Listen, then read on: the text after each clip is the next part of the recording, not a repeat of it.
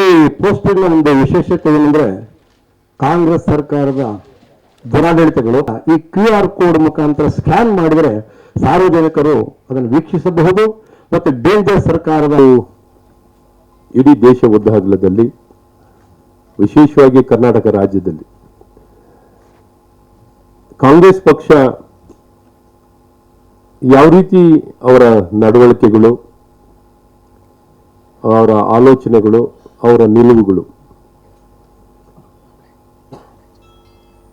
ಇದರ ಬಗ್ಗೆ ಸಮಾಜಕ್ಕೆ ಸಾಕಷ್ಟು ಮನವರಿಕೆ ಇದೆ, ತಿಳುವಳಿಕೆ ಇದೆ. ಆದರೂ ಇನ್ನೂ ಹೆಚ್ಚಿನ ಸ್ಪಷ್ಟತೆಯನ್ನು ಕೊಡುವಂಥ ಪ್ರಯತ್ನವನ್ನು ಇವತ್ತು ನಾವು ಮಾಡ್ತಾ ಇದ್ದೀವಿ. ನನ್ನೊಂದಿಗೆ ನಮ್ಮ ಹಿರಿಯರು, ಮಾಜಿ ಸಚಿವರು, ಶಾಸಕರಾಗಿರುವಂಥ ಸುರೇಶ್ ಕುಮಾರ್ ಅವರು, ನಮ್ಮ ವಿಧಾನ ಪರಿಷತ್ತಿನ ಸದಸ್ಯರಾಗಿರುವಂಥ ಸನ್ಮಾನ್ಯ ಚಲವಾದಿ ನಾರಾಯಣಸ್ವಾಮಿ ಅವರು, ನಮ್ಮ ಬೆಂಗಳೂರು ಉತ್ತರದ ಅಧ್ಯಕ್ಷರಾಗಿರುವಂಥ ಸನ್ಮಾನ್ಯ ಹರೀಶ್ ಅವರು, ವಕ್ತಾರರಾಗಿರುವಂಥ ಡಾಕ್ಟರ್ ನರೇಂದ್ರ ಅವರು ಹಾಗೂ ನಮ್ಮ ಅಶೋಕ್ ಅವರು.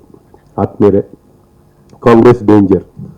ಕರ್ನಾಟಕ ರಾಜ್ಯದಲ್ಲಿ ಕಾಂಗ್ರೆಸ್ ಪಕ್ಷ ಅಧಿಕಾರಕ್ಕೆ ಬಂದ ದಿನದಿಂದಲೂ ಅವರ ಒಂದು ಓಲೈಕೆ ರಾಜಕಾರಣ, ತುಷ್ಟೀಕರಣದ ರಾಜಕಾರಣ, ಕಾನೂನು ಸುವ್ಯವಸ್ಥೆ ವಿಚಾರದಲ್ಲಿ ಸಂಪೂರ್ಣವಾಗಿ ವಿಫಲವಾಗಿರುವಂಥದ್ದು, ಸ್ಪಷ್ಟತೆ ಇಲ್ಲದೆ ಅವರು ಖಂಡಿಸುವಂಥ ಪ್ರಯತ್ನವೂ ಮಾಡಿಲ್ಲ.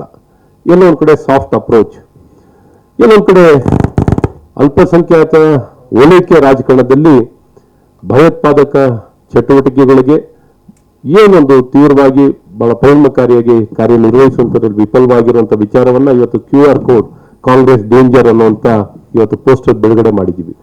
ಈ ಪೋಸ್ಟರ್ನಲ್ಲಿ QR ಕೋಡ್ನ ಸ್ಕ್ಯಾನ್ ಮಾಡೋ ಮೂಲಕ ಯಾವ ರೀತಿ ಕರ್ನಾಟಕದಲ್ಲಿ ನಡೆದಿರುವಂಥ ಕೆಲವಾರು ಘಟನೆಗಳನ್ನು ಜನ ವೀಕ್ಷಿಸ್ಬೋದು. ಲವ್ ಜಿಹಾದಿಯ ಏನೊಂದು ಹುಬ್ಬಳ್ಳಿಯಲ್ಲಿ ನಡೆದಂಥ ನೇಹ ಹಿರೇಮಠ ಅವರ ಘಟನೆ ಆಗಲಿ, ಆ ಮುಖ್ಯಮಂತ್ರಿಗಳು ಕೊಟ್ಟಂಥ ಹೇಳಿಕೆ ಆಗಲಿ, ಗೃಹ ಇಲಾಖೆ ಆಯುಕ್ತರು ಅಲ್ಲಿ ಕಮಿಷನರ್ ನಡೆದಂಥ ನಡವಳಿಕೆ ಆಗಲಿ, ಇವೆಲ್ಲವೂ ನೋಡಿದಾಗ ಆ ನೊಂದಂಥ ತಂದೆ, ಮಗಳನ್ನು ಕಳ್ಕೊಂಡಂಥ ಆ ಕುಟುಂಬ ಎಷ್ಟು ನೊಂದಿದ್ದಾರೆ ಅನ್ನುವಂಥದ್ದು ನಾವೆಲ್ಲ ನೋಡಿದ್ವಿ. ಹಾಗಾಗಿ ಇವತ್ತು ಅಂಥ ಘಟನೆಗಳು ಇವತ್ತು ಭಯ ಭೀತಿಯ ವಾತಾವರಣ ಇಡೀ ರಾಜ್ಯದಲ್ಲಿ ನಿರ್ಮಾಣ ಮಾಡಿದೆ. ಇವತ್ತು ಕಾಲೇಜಿಗೆ ಹೆಣ್ಮಕ್ಳು ಹೋಗ್ಬೇಕಾ ಅನ್ನುವಂಥ ಪರಿಸ್ಥಿತಿ ನಿರ್ಮಾಣ ಮಾಡಿದೆ. ಇದರ ಜೊತೆಯಲ್ಲೇ ರಾಮೇಶ್ವರಂ ಕೆಫೆಯಲ್ಲಿ ನಡೆದಂಥ ಬಾಂಬಿಂಗ್, ಅದನ್ನು ಸಹ ವೈಯಕ್ತಿಕ ವಿಚಾರ ಅಂತ ಮೊದಲನೇ ಹೇಳಿಕೆಗಳನ್ನ ಕೊಟ್ಟರು. ಮತ್ತೆ ಕಡೆಗೆ ಯಾವ ಕಾರಣದಲ್ಲಿ ಯಾರು ಮಾಡಿದ್ರು ಅನ್ನುವಂಥದ್ದು ಪತ್ತೆ ಹಚ್ಚುವಂಥದ್ದು ಆಗಿದೆ. ಈ ರೀತಿ ಕುಕ್ಕರ್ ಬಾಂಬ್ ವಿಚಾರದಲ್ಲಾಗಲಿ, ಭಯೋತ್ಪಾದಕರನ್ನ ಸೆರೆ ಹಿಡಿದಾಗ ಅವ್ರನ್ನ ಭಯೋತ್ಪಾದಕರಂತ ಕರೀಬೇಡಿ ಅಂತ ಹೇಳುವಂಥದ್ದು, ಇವೆಲ್ಲವೂ ಒಂದು ಕಡೆ ಜೈ ಶ್ರೀರಾಮ್ ಅಂದರೆ ಹಲ್ಲೆ ಮಾಡುವಂಥದ್ದಾಗಲಿ, ಹನುಮಾನ್ ಚಾಲೀಸನ್ನ ಹಾಡ್ತಿದ್ರು ಹಲ್ಲೆ ಮಾಡುವಂಥದ್ದಾಗಲಿ, ಮೋದಿ ಬಗ್ಗೆ ಗೀತೆ ಬರಿತಿದ್ರು ಅಥವಾ ಯೂಟ್ಯೂಬ್ನಲ್ಲಿ ಅದನ್ನ ಹೋಸ್ಟ್ ಮಾಡಿ ಅದನ್ನು ಹಾಕಿದ್ರು ಹಲ್ಲೆ ಮಾಡುವಂಥದ್ದು, ಈ ರೀತಿ ನಿರಾಳವಾಗಿ ಎಲ್ಲಿ ಬೇಕಾದ್ರೆ ಏನು ಬೇಕಾದ್ರೆ ಮಾಡ್ಬೋದು ಅನ್ನೋಂಥ ಮನಸ್ಥಿತಿ ಇವತ್ತೆಲ್ಲ ಒಂದು ಕಡೆ ನಿರ್ಮಾಣ ಆಗಲಿಕ್ಕೆ ಮುಖ್ಯ ಕಾರಣಕರ್ತರು ಕಾಂಗ್ರೆಸ್ ಸರ್ಕಾರ ಮತ್ತು ಕಾಂಗ್ರೆಸ್ ಪಕ್ಷ. ಹಾಗಾಗಿ ಇದಕ್ಕೆ ನೇರ ಹೊಣೆ ಜವಾಬ್ದಾರಿ ಕಾಂಗ್ರೆಸ್ ಪಕ್ಷ.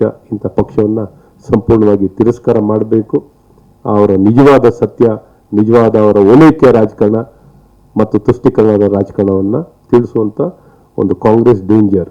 ಈ ಕಾಂಗ್ರೆಸ್ ಯಾವತ್ತೂ ಡೇಂಜರ್ ಅನ್ನುವಂಥದ್ದನ್ನ ಇವತ್ತು QR ಕೋಡನ್ನು ಬಿಡುಗಡೆ ಮಾಡೋಂಥದ್ದನ್ನ ಮಾಡಿದ್ದೀವಿ.